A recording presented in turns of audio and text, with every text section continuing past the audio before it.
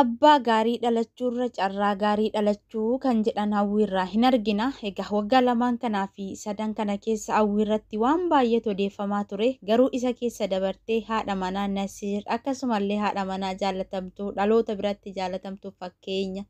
Har'a immoo haadha mucaa Waaqayyoo hunduma keessa si dabarsee baga guyyaa kana siif kennee dhalootaaf nama fakkeenya ta'uu fi nama seenaa dubbatu lachuu keessanuu baga taasisee kan dhalatu siniif haa guddatu. Barakaatuhu jirra jirtu akkam nagaa jirtanii salaam tenastillee hawaasi kiyya qaalii fi gaarii kan kalee sarraa kaatanii nu waliin dhibbataa jirtan baga gammannee baga gammaddanii hawwiin nagaan hiikamtee jirti.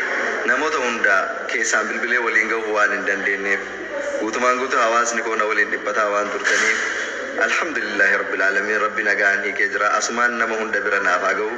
Warroonni akka tasaa bilbila isinirraa kaasuu dhabeellee akkasitti naaf hubadhaa galatoomaa ከትላንትና ጀምራችሁ ከተለያየ ቦታ እየደወላችሁልኝ እየጠየቃችሁኝ የነበራችሁ ሰዎች በሙሉ ባለቤቴ ሀዊ በሰላም ተገላግላለች። አልሐምዱሊላህ ረብል ዓለሚን እንኳን ደስ አላችሁ እንኳን ደስ አለን ለማለት እፈልጋለሁ። መልካም ቆይታ። አጋጣሚ ሆኖ ስልክ ያላነ